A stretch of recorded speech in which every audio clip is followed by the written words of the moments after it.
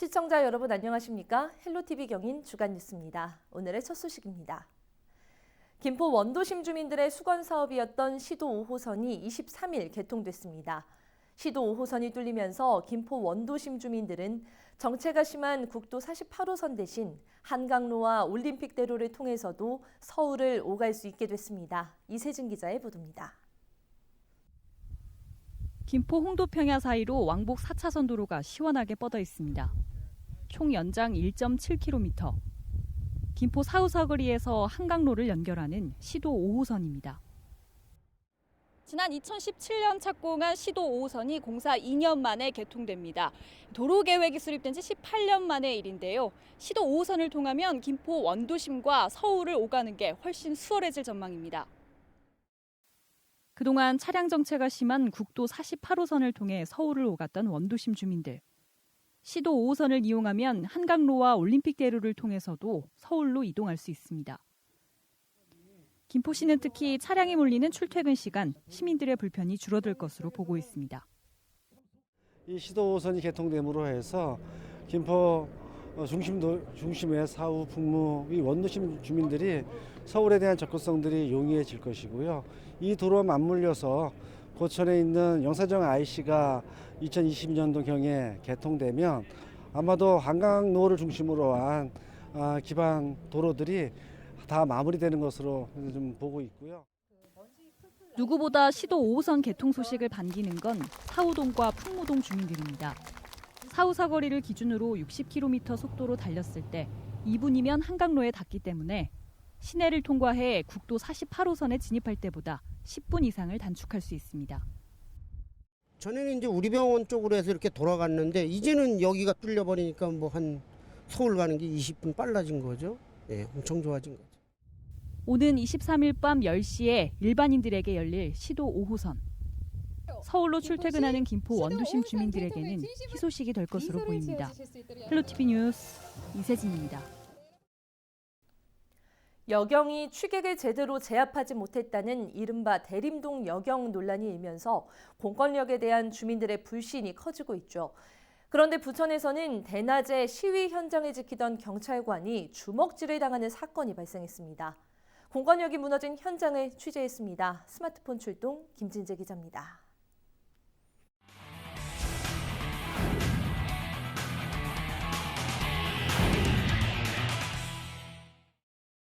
부천의 한 오피스텔 공사장입니다.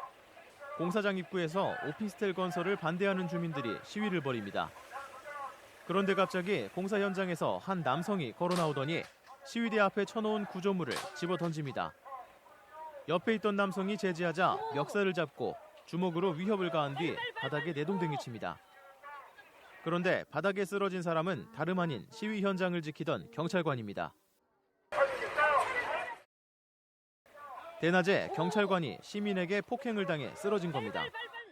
현장 안에서 어떤 남자분이 걸어 나오더니 갑자기 그 폴리스 라인을 주민들 향해서 내팽개 친 거예요. 그러니까 내팽개 치니까 그 옆에 서 계셨던 분이 막으려고 하자 그분을 갖다 밀어서 꽂아버린 거예요, 도로에다가.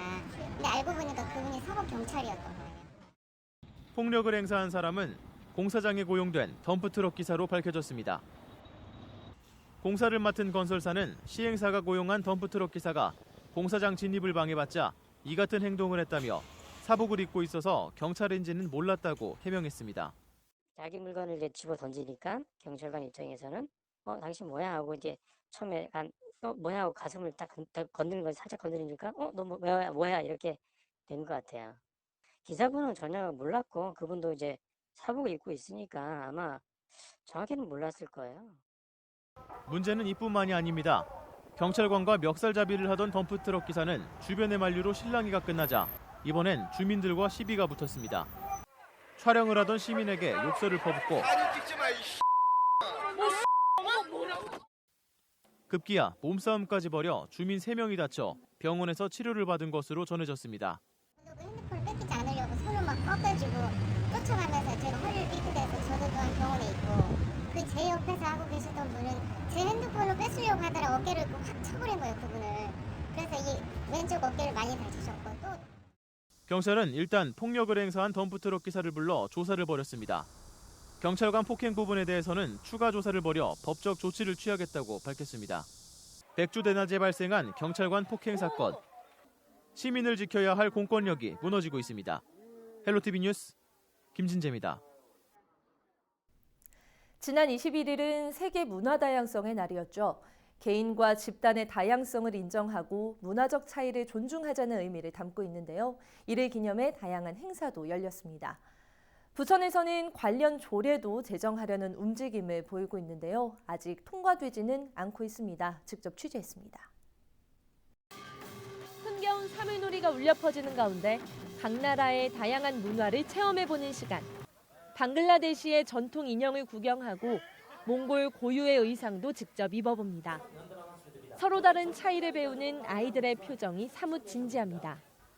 외국 친구를 사귀거나 각 나라 인사말을 배우는 등 일상에서 실천할 수 있는 한 가지 약속도 정해봅니다. 지역에서는 이런 내용을 담은 조례를 만들자는 움직임도 일고 있습니다.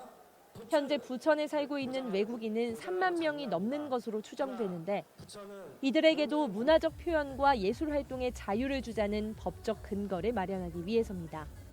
국적과 민족, 인종 차이부터 종교와 언어, 지역과 나이 등이 서로 달라도 다양성을 존중하자는 게 핵심입니다. 현재 전국 11개 지자체가 문화다양성 조례를 제정한 가운데 경기도 내에서는 부천시가 최초입니다. 특히 올해 말 문체부의 문화도시 지정을 준비하고 있는 부천시로서는 문화다양성 조례 제정이 필요한 상황입니다. 때문에 지난 3월 시민공청회를 거쳐 4월 임시회에 상정돼 조례 제정이 추진되는 듯 했지만 보류됐습니다. 조례안에 적혀있는 성이라는 표현을 두고 의원들 간 이견을 보이면서 조례 제정이 미뤄진 겁니다. 의회는 의견 조율을 거쳐 6월 임시회에 다시 한번 상정하겠다는 뜻을 밝혔습니다. 우리가 조례를 제정을 왜 하려고 하느냐라는 거 이제 근본을 좀 찾아보면 이런 거예요. 그러니까 자기 정체성에 따르는 삶의 문화 뭐 이런 것들을 다수자에 속한 사람들은 누구나 다 그냥 거리낌 없이 표현하고 사는데 소수자 그룹에 속한 사람들은 그것을 드러내지 못하고 드러냈을 때는 무시나 혐오를 당하고 이제 그래왔기 때문에 그런 부분에 있어서 평등을 누리자. 문화도시를 표방하고 있는 부천. 논의 끝에 어떤 결론을 이끌어낼지 주목됩니다. 헬로티비 뉴스 전현미입니다. 지역의 민원 현장을 살펴보는 민원 25시간입니다. 저희 헬로티비 뉴스는 지난 1월 부천시 옥길동과 광명시를 잇는 부광로 개통 시기가 늦어져서 주민들이 불편을 겪고 있다는 소식 전해드렸었는데요. 보도 당시 LH가 약속했던 개통 시기가 한 달여 앞으로 다가왔는데 주민들은 여전히 정확한 시기를 몰라서 민원을 제기하고 있습니다. 김진재 기자가 확인해봤습니다.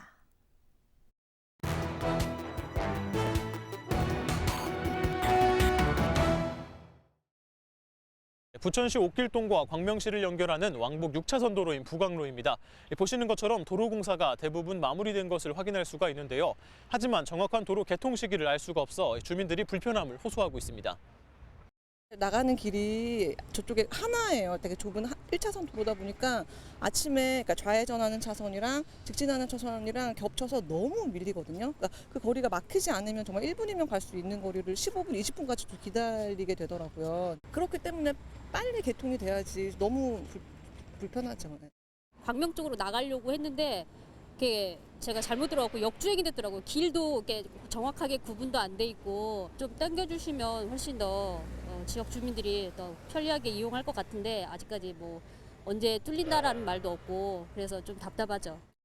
당초 부천시는 지난해 10월 열린 주민간담회에서 2018년 12월 말까지 부광로를 임시 개통하겠다고 약속한 바 있습니다.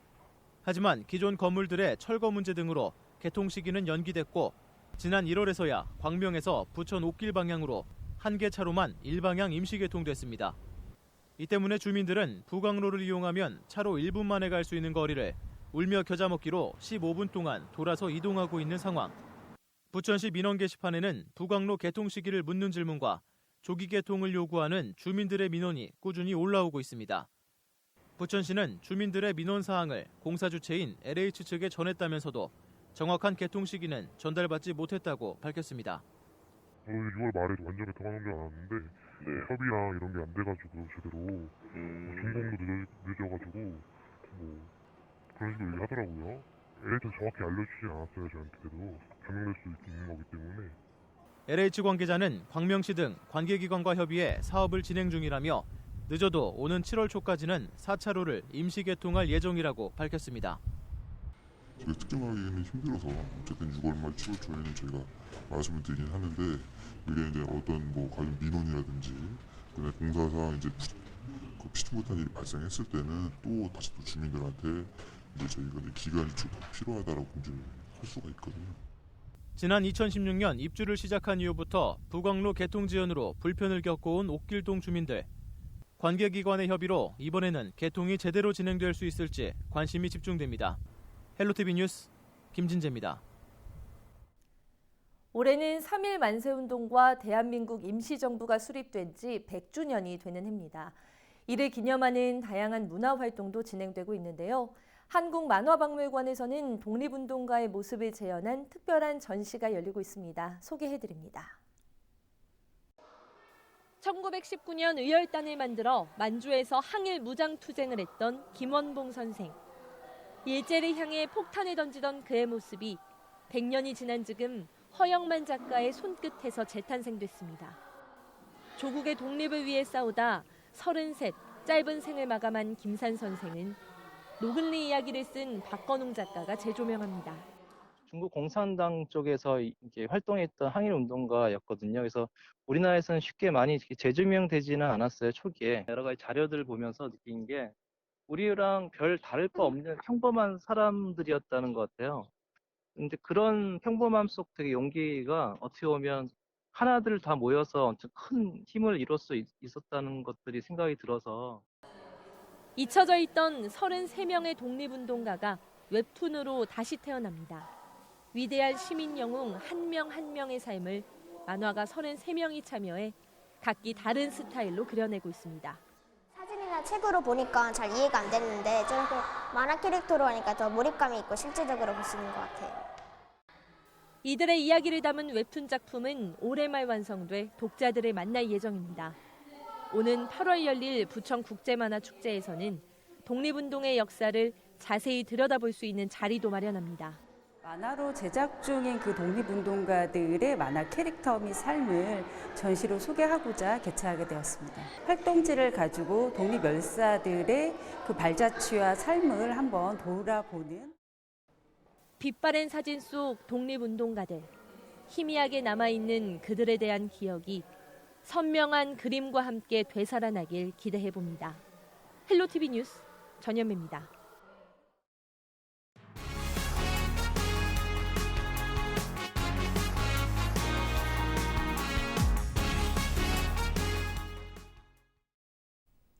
경기도의회 제335회 임시회 3차 본회의에서는 도정 질의가 이어졌습니다.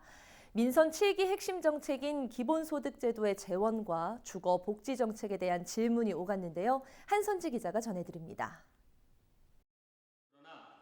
경기도의회 제335회 임시회 3차 본회의 현장. 2차 본회의부터 이어진 도정 질의가 계속됐습니다. 지방 분권을 향한 도 차원의 노력에 대한 질문이 제일 먼저 나왔습니다. 그간 도에서 추진한 지방 분권에 대한 연구와 시, 군과의 소통과 협력 방안에 대해 답변하여 주시기 바라며 답변에 나선 김희겸 경기도 행정일부지사는 민선 7기 들어 지방 분권협의회 등 자체 자문위원회를 꾸려 준비하고 있다며 설명했습니다. 분과별 과제를 선정하고 또 권역별로 토론을 개최하고 또 의회와 함께 대정부 소통을 위해서도 더 많이 노력을 해나가겠습니다. 기본소득 추진을 위한 재원 마련 방안에 대한 얘기도 오갔습니다. 기본소득은 민선 7기 경기도 핵심 정책으로 일정 수준의 소득을 누구에게나 나눠주는 걸 뜻합니다.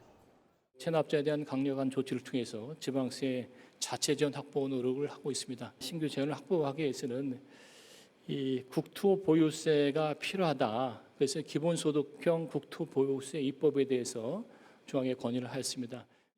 이 밖에 고령자와 취약계층을 위한 주거복지 정책과 경기도 박물관 활성화 대책 등 여러 의견도 제시됐습니다. 고령 1인 가구를 위한 대책 수립이 필요하다고 판단하는데 이에 대한 대책을 세워주시고 나름대로 장기간의 안정적 거주를 위해서 파주에 고령자 맞춤형 병원 복합 경기 행복주택을 추진하고 있고 수원 광교 지역의 실버 영구 임대주택을 금년 2월에 준공하여 이어서 진행된 5분 자유 발언에선 다양한 분야의 정책이 제안됐습니다. 2022년까지 기존 4만 1천 호의 공공임대주택을 원활히 공급하기 위한 재원 마련을 위해서는 3기 신도시 개발에 사업 지분을 최대한 확보, 참여하여야 합니다. 정수장 고도 처리 시설이 1개소당 평균 약 300에서 500억의 예산이 소요되어 국비 대응 사업비를 재정이 열악한 시군에서 제대로 충당할 수 없기에 시군이 부담한 예산을 대응 투자해 주실 것을. 이번 임시회는 안건 심의를 거쳐 오는 28일 예정된 4차 본회의를 끝으로 폐회합니다. 경기주TV 한선주입니다. 오는 7월부터 시내 공기질 관리 기준이 대폭 강화될 예정입니다. 경기도는 취약계층이 이용하는 시설을 중심으로 시내 공기질 진단에 나섭니다. 최창순 기자입니다. 오는 7월 1일부터 강화된 실내 공기질 관리 기준이 시행됩니다. 어린이집과 노인 요양시설, 산후조리원, 의료기관 등 민감계층 이용시설은 미세먼지와 초미세먼지 기준이 각각 75, 35 마이크로그램 퍼 세제곱미터 이하로 강화되고 폼알데하이드는 80 마이크로그램 퍼 세제곱미터 이하로 유지해야 합니다. 지하 역사와 도서관, 영화관 등의 일반 시설은 미세먼지는 100 마이크로그램 퍼 세제곱미터 이하를 유지해야 하고 기존에 없던 초미세먼지 기준이 신설됐습니다.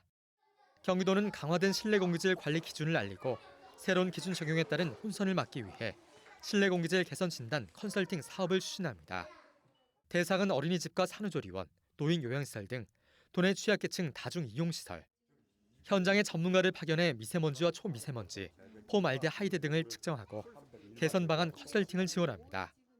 시설이 많은데 그중에서 한 1,800개를 선정을 해서 현장에 전문가를 파견을 해서 컨설팅도 해주고 지원을 하는. 또는 해마다 900여 곳씩 내년까지 1,847개소를 대상으로 컨설팅을 지원할 계획. 새롭게 설치되는 시설도 해당되며 신청은 관할시군 환경부서로 하면 됩니다. 경기주TV 최창순입니다.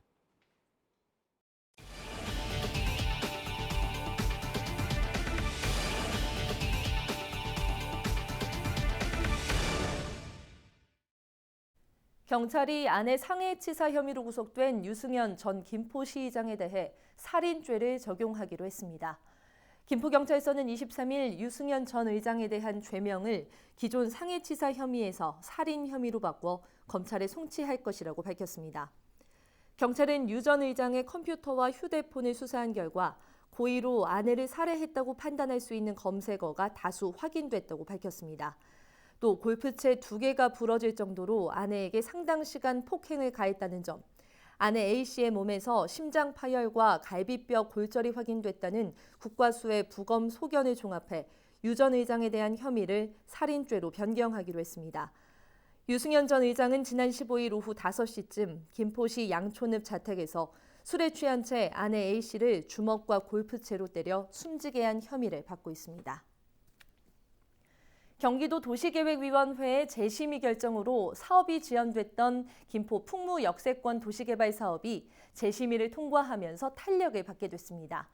경기도 도시계획위원회는 최근 풍무 역세권 개발 사업을 위한 재심의를 열고 사업을 조건부 승인했습니다. 김포시는 이에 따라 올해 안으로 개발계획 승인을 위한 행정 절차를 마무리하고 내년 상반기에 공사를 시작할 계획이라고 밝혔습니다. 풍무 역세권 개발이 완료되면 9,700억 원의 사업비가 투입돼 사우동 일대 87만여 제곱미터 부지에 8,000 가구 규모의 주거용지와 공원, 대학 부지 등이 들어서게 됩니다.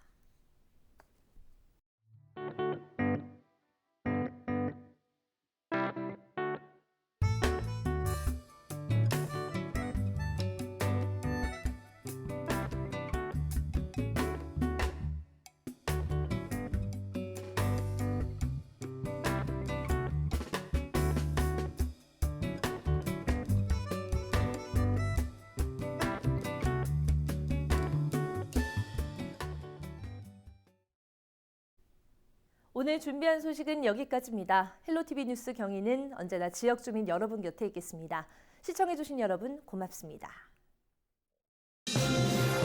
우리 지역의 이슈 콕 짚어봅니다. 헬로 이슈 토크. 인천시가 지하도 상가 운영 조례 개정을 추진한다는 소식 이미 여러 차례 전해드렸는데요. 개정 논란이 되는 것이 상인들의 피해 구제책과 개정 후 40%에 이르는 임대료 인상안입니다. 오늘 이 시간에는 이와 관련해 인천시의 입장과 더불어 과연 법적 문제는 없는지 전문가와 함께 짚어보겠습니다. 안녕하십니까? 네, 안녕하세요.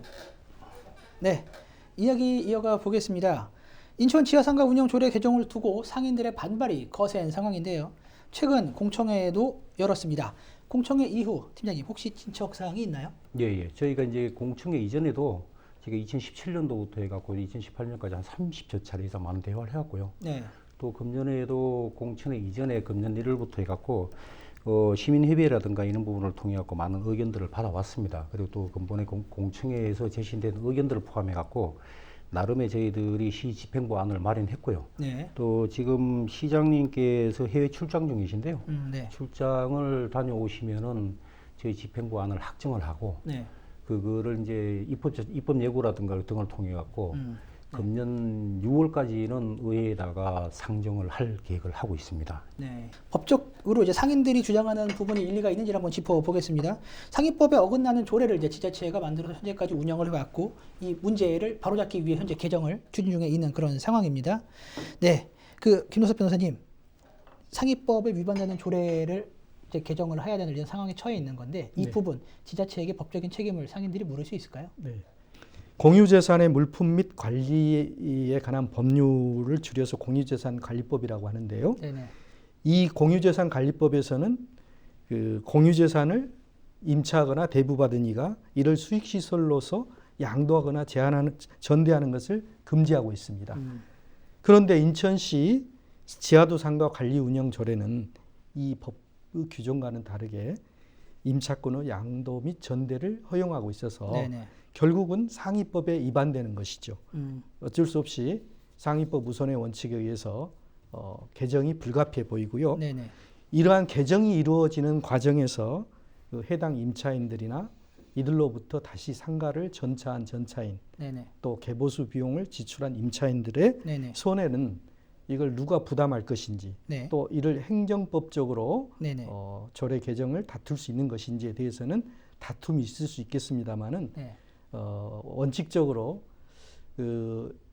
이런 제도라든지 네. 조례 또 어떤 행정기관의 공무원의 어떤 언행을 토대로 이루어진 네네. 그런 어떤 행정행위는 신의성실의 원칙상 또는 네네. 행정상의 신뢰 보호의 원칙상 보호받아야 되는 것 아니냐 이렇게 주장할 수도 있겠습니다만은 네네.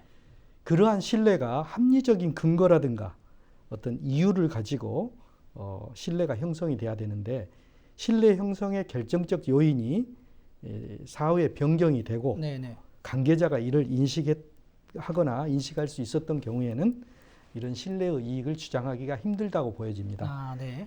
간단히 말씀드려서 이 사안의 경우에는 인천시의 조례가 위법한 것이어서 개정될 수밖에 없다는 사실을 알았거나 네. 또는 알 수 있었다고 보여지기 때문에 행정기관을 상대로 조례가 제정된다고 해서 행정법상으로 그걸 다투기는 힘들다고 보여집니다. 책임을 묻기 쉽지 않을 것이다. 네. 알겠습니다. 네. 네, 이제 핵심은 조례 개정인데요. 피해를 보는 상인들에 대한 구제책이 될 수 있을 것 같습니다. 제가 만나본 상인들은 그 조례 개정을 반대하진 않았거든요. 근데 단 더 이상 이제 그 위법한 조례로 마음을 졸이며 일을 하고 싶지는 않지만 어떤 이런 피해가 예상되기 때문에 피해 보상은 있어야 한다. 그렇기 때문에 인천에서 대책은 마련해 주어야 한다라는 이런 입장들을 가장 많이 이야기를 주셨었어요. 현재 보상책에 대해서 인천시에서 논의 중인 사항이 있으신가요? 예. 금방 김 변호사님께서 말씀하셨지만요. 저희가 지하도 상가는 그 사용 수익 허가 사항에 대한 전적으로 어떤 행정 처분이라기보다는 네. 계약 행위에 가깝습니다. 계약 행위. 예. 그래서 저희가 일단은 조례 기존 현재 있는 그 조례를 근거로 한 계약 기간은 원칙적으로 보장을 한다라는 계획이고요. 다만 이제 법률에서 상위 법률에서 금지하고 있는 어떤 전대라든가 공사비 기부 체납을 통해 계약 기간을 수익이하고 연장한다든가 네네. 또 사용자를 수익이하로 선정하고 또 이제 제3자에게 전대 행위 뭐 그다음에 이 기타 등등 법률에서 금지하고 있는 부분은 더 이상 허용을 하기는 어렵다. 다만 이제 현 조례에 근거해 갖고 지금 13개 상가가 지금 그 관리법인에 재위탁이 되어 있습니다. 네. 재위탁도 네. 법률적으로는 지금 금지가 되어 있는데 네네. 어떻든 재위탁된 그 상가가 지금 85% 약 이제 2,815개 점포가 지금 재위탁이 되어 있는데 네. 그 재위탁된 거에 대해서는 일시에 이제 저희가 조례를 개정을 한다고 해서 그 날짜와 동시에 그냥 전대를 차단하기는 상당히 어렵다. 쉽지 않다. 실질적으로 네. 상인들의 어떤 어려움도 있고 시장 전체의 어떤 혼란성도 줄 수가 있다. 이렇게 저희들이 판단하고 있고요. 네. 그래서 그 부분에 대해서는 전대 부분에 대해서는 일정 기간에 최소한의 유예기간을 좀 둬갖고 네.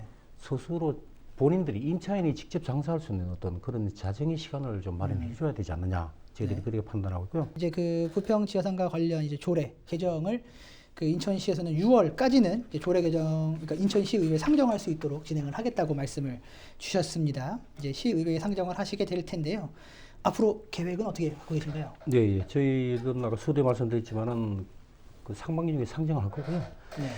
지금 당초에 시장님께서 이제 작년 7월 1일자로 취임을 하셨잖아요. 민선치기가 네네. 출범하셨잖아요. 그래서 출범하시자마자 저희가 보고를 드리니까 이 부분에 대해서 첫 번째 지시사항이 그겁니다.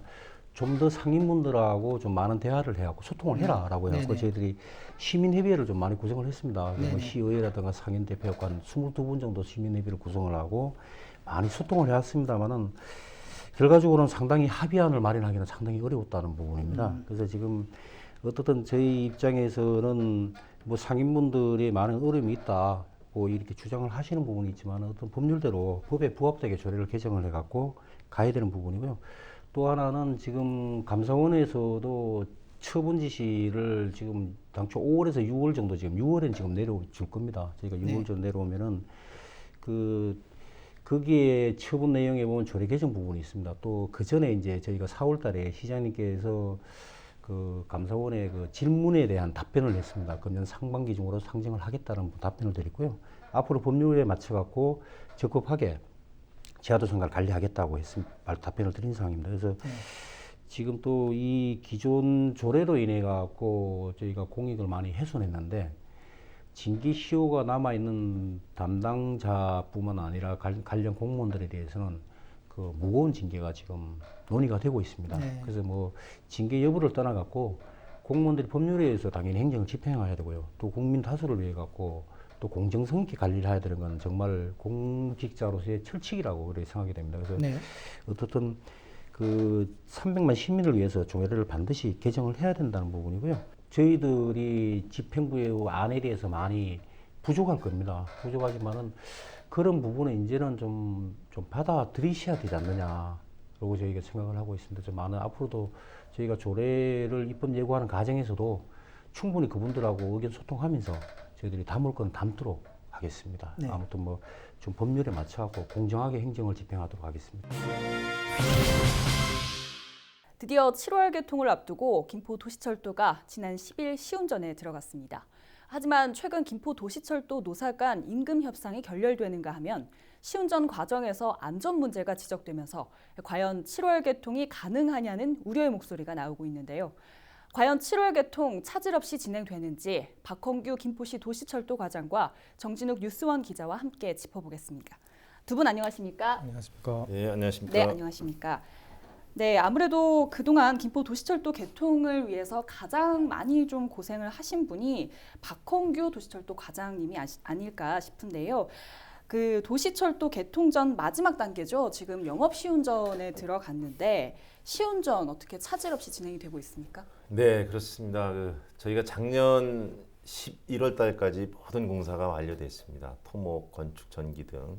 그래서 12월부터 종합시험 운행을 위한 사전 점검과 차량 연계 동작 시험, 시설물 검증 시험 단계를 지난 4월 19일까지 완료를 하고 이제 마지막 단계인 이제 영업시운전입니다. 영업시운전은 저희가 일일 440회 운영하는 절차와 똑같이 진행하는데 이게 5월 10일부터 착수돼서 순조롭게 진행되고 있습니다. 그런데 최근 시운전 과정에서 노조 측이 운행상의 문제를 몇 가지를 좀 제시를 했다고요? 네, 맞습니다.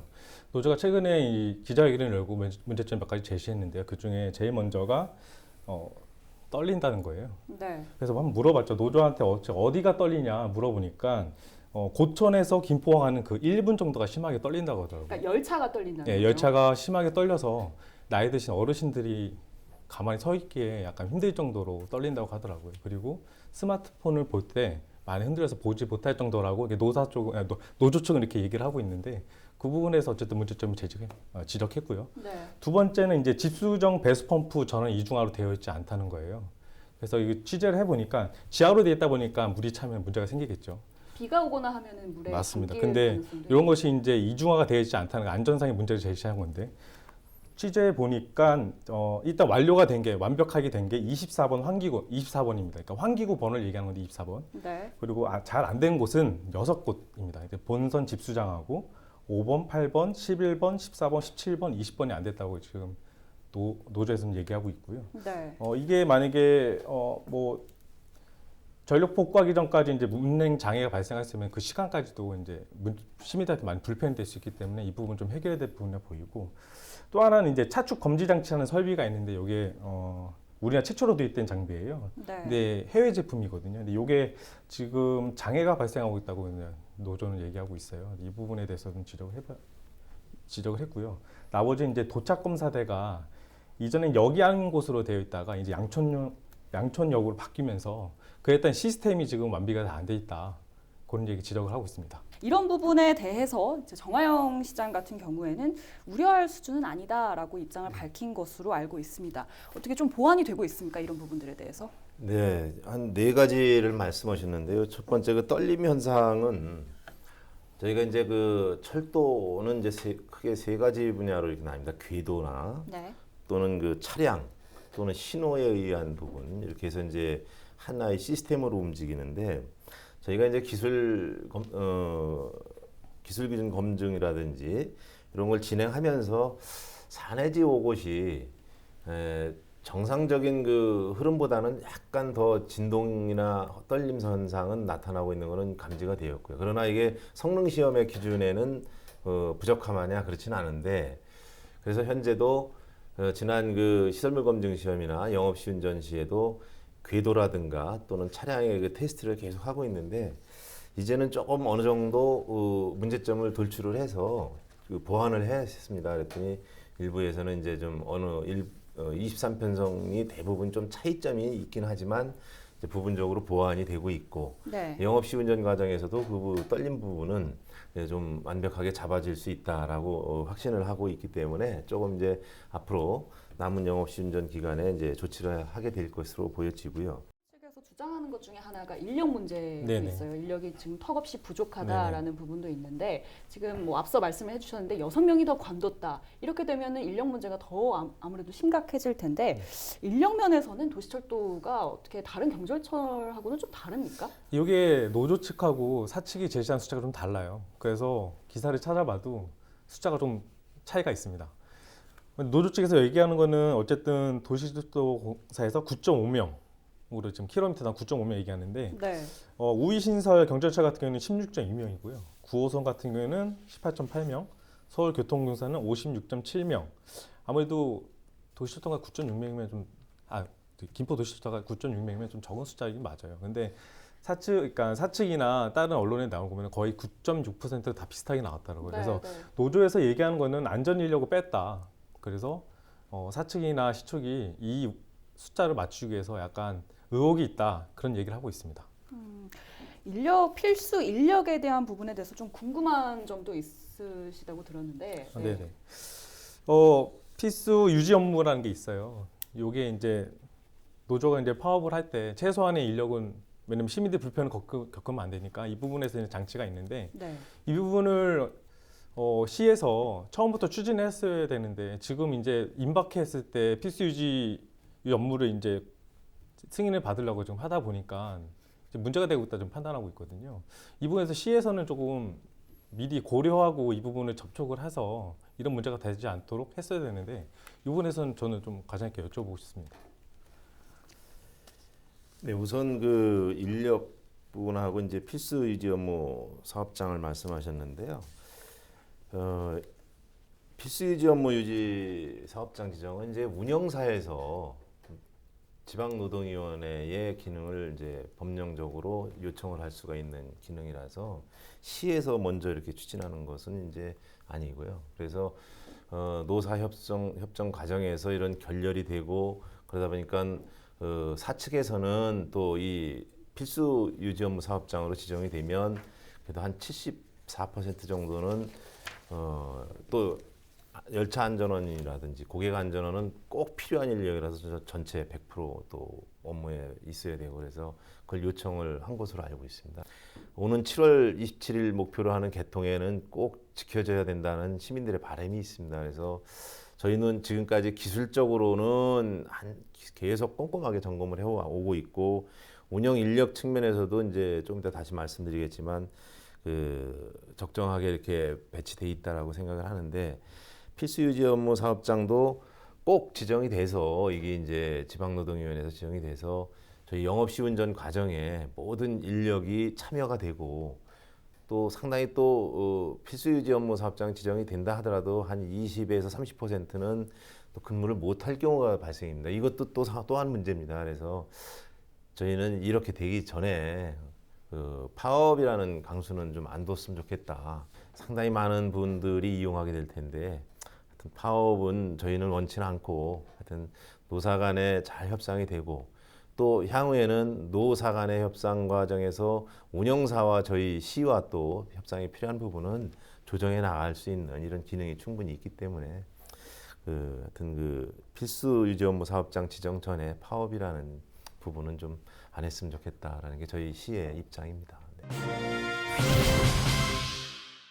유상철 감독을 새 사령탑으로 세운 인천이 대구와의 원정 경기에서 드디어 골맛을 봤습니다.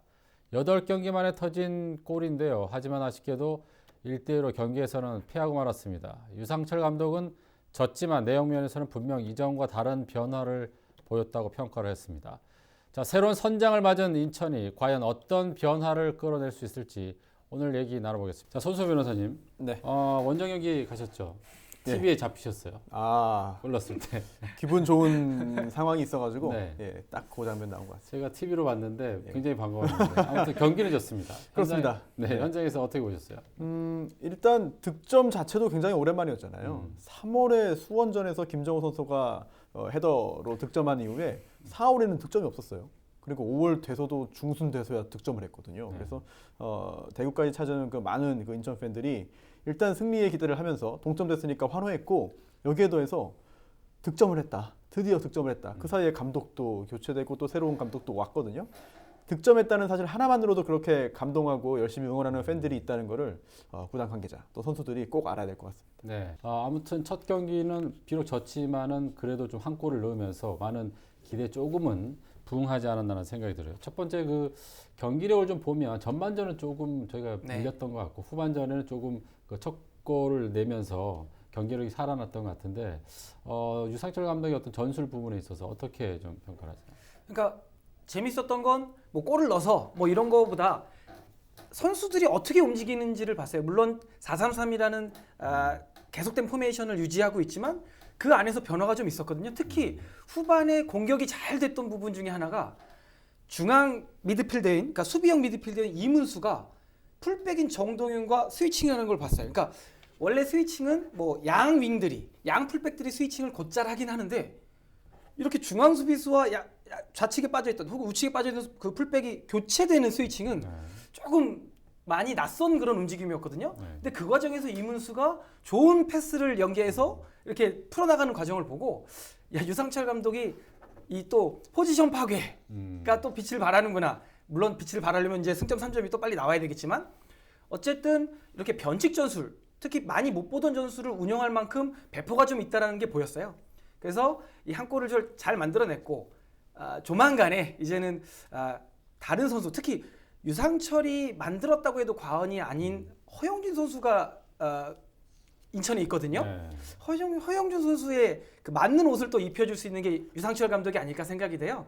그래서 이렇게 세부적인 전술 변화, 그리고 잘 아는 선수를 잘하는 옷을 입히는 또 이런 감독의 전술 변화까지 있다면 인천이 항해하는데 좀 순항의 역할을 하지 않을까 좀 예측이 됩니다. 콩퐁이 지금 교체가 됐었거든요. 근데 콩퐁 선수의 활약이 눈에 띄진 않았는데 어떻게 보셨어요, 콩퐁 선수는? 조금 안타까웠어요. 그러니까 꽁풍이 분명히 테크닉과 기술은 있습니다. 근데 뭐랄까요? 그러니까 계속해서 말씀드리지만 뭔가 의기소침함이 좀 있어요. 그러니까 꽁풍이 뭐 피지컬로 밀려서 혹은 뭐 선수들과 커뮤니케이션이 안 돼서 그걸 모르겠을 정도로 경기장 안에서 좀 의기소침한 모임이 보여요. 그러니까 그게 이제 동기부여가 떨어지는 모습으로 보이고 경기장에서 걸어다니는 모습으로 보일 수도 있는데 유상철 감독이 콩풍에게 좀 만져줘야 될 거는 콩풍이 갖고 있는 기술, 여기서 여기 어떻게 슈팅을 날려 이거보다는 뭔가 콩풍이 좀 멘탈을 좀 다듬어줘야 될 것 같아요. 그래야 이 베스트 11 혹은 교체로 나왔을 때도 이 11명 안에 녹아들지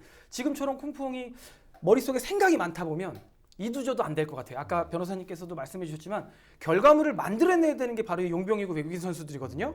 그런데 콩풍에게서 보여지는 모습은 장점보다 단점이 더 많이 보인다라는 거예요. 근데 그 단점이 못한다, 뭐 피지컬이 약하다 이거보다는 뭔가 좀 멘탈이 머릿속에 생각이 너무 많은 그런 부분이 좀 꽁풍이 좀 아쉬웠어요. 제가 지난주에 유상철 감독하고 잠깐 인터뷰를 한 적이 있는데 꽁풍 선수한테 물어봤습니다. 네. 개인적인 기술은 굉장히 좋다라고 이제 평가를 하더라고요. 근데 아직까지 팀원들과의 의사소통이 좀 부족하다 이런 부분을 좀 개선을 하면 좋은 결과가 나오겠다 이렇게 말씀을 하셨는데 제가 이렇게 TV로 보기에는 글쎄요, 이 공격수들이 콩풍 선수한테 패스를 좀 안 하는 느낌을 받았는데 현장에서는 어땠습니까? 일단 그 문창진 선수와 교체해서 들어간 선수는 이제 콩풍이 아니고 하마드였고 콩풍은 이제 이준석 선수와 교체됐거든요. 그래서 중앙 미드필더로 투입된 게 아니라 이번에는 그 윙 공격수로 투입이 됐습니다. 따라서 공격수끼리 어떤 그 패스라든지 이런 침투할 때 도와주는 것도 중요하지만 결국 중앙 미드필더들이 또 윙 공격수를 또 많이 또 지원을 해주고 볼 배급을 또 해줘야 되는 것이거든요. 그리고 또 윙 공격수는 어쨌든 윙이지만 공격수입니다. 따라서 본인이 슈팅까지 연결하는 기회도 좀 보여줬으면 좋겠는데 그런 모습도 사실 잘 보기가 힘들어요. 결국 콩풍 선수가 이제 자국 대표팀에서도 에이스고 또 기존 소속팀에서도 뭐 거의 탑 클래스의 선수였는데 그 리그에서도 이렇게 새로운 리그로 도전해서 왔고 새로운 팀에서 적응하는 과정에서 생각보다 현재까지 보여주는 모습들이 썩 훌륭하지 못하다 보니까 본인이 약간 좀 의기소침해진 부분이 있지 않은가. 이런 부분이 임중용 코치가 감독 대행 시절에 했던 인터뷰에서도 그런 부분들을 좀 언급을 했거든요. 따라서 경기장에서 뛰는 거는 90분이지만 사실 그 시간을 제외한 나머지 상당한 시간은 선수들끼리 보내는 시간들이 있잖아요. 아니면 훈련 시간 외에도 또 교류할 수 있는 것이고 이런 부분들을 외국인 선수의 적응을 도와주는 게 꼭 프런트만의 임무는 아니에요. 팀 내의 베테랑 선수 또는 베테랑이 아니더라도 좀 활발한 성격의 선수들이 좀 더 도와주고 좀 번거롭더라도 좀 노력을 한다면 이게 선수 개개인의 발전뿐만 아니라 결국 팀이 잘 돼야 그 선수도 잘 되는 거거든요. 뭐 그런 좀 리더십이라든지 이런 그 적극성을 발휘한다면 훨씬 더 좋은 그런 그 적응의 그 모습을 보여줄 수 있지 않을까 생각됩니다. 그래요. 오래간만에 첫 골을 터뜨려서 유상철 감독은 그래도 반 정도의 어떤 성공을 거뒀다 이렇게 얘기했는데 결과는 좀 두 골을 먹었습니다. 또 수비의 허점을 또 보였는데 이번 유상철 감독이 들고 난 포백 어떻게 보셨어요? 일단 주전 풀백인 주전 이제 중앙 수비수인 분호자가 퇴장으로 이번 경기도 못 나왔고 다음 경기도 못 나옵니다. 잇몸으로 지금 막고 있는 느낌이에요. 그러니까 올 시즌 영입할 때만 해도 막 많은 선수들 또 즉시 전력갑니다 막 이랬지만 분명히 수비형 미드필더 또 중앙 센터백 자원이 좀 대체 자원이 없다라는 그런 평가가 있었는데 여실히 드러나고 있어요. 분호자가 빠지니까 양준하가 들어왔습니다. 물론 양준하의 수비 형태는 분호자와는 좀 다릅니다. 좀 기다리는 수비였고 뭐 피지컬을 내세우는 분호자처럼 이렇게 지키는 수비가 아니라 또 만들어줄 수 있는 빌드업이 좀 되는 그런 수비였거든요. 뭐 저는 또 나쁘지는 않게 봤지만 글쎄요. 뭐 제가 이걸 합격점을 내린다 뭐 이런 거 좀 우습겠지만 어찌됐든 인천이 올 시즌 하고 있는 행보 전체를 또 지금까지 12라운드까지 보면 어쨌든 간에 빨리 수습해야 되는 게 공격력도 있지만 저는 계속해서 수비 안정성이었거든요. 두 골을 내주는 상황에서 뭐 누구가의 실수가 잘했다 잘못했다 하루아침에 고칠 수가 없을 것 같아요. 계속해서 조직력을 좀 끌어야 되는데 선수들의 부상 혹은 이런 퇴장 여파 이런 부분 그러니까 변수 관리가 유상철 감독의 숙제일 것 같아요. 그러니까 인천의 이 백포 라인은 원래부터 끈적끈적했습니다. 2, 3선이 가담해주고 끈적끈적한 수비였는데 이게 어느 순간부터 무너졌었고 유상철 감독은 이제 이 인천의 특색을 잘 살려서 이 백포라인 또 앞에 2선까지 유기적으로 아주 짠물 수비로 다시 되돌리는 것. 자, 금요일 홈에서 상주와 경기가 펼쳐집니다. 승리를 기원하면서 이슈토크 오늘은 여기까지입니다. 시청해주신 여러분 고맙습니다.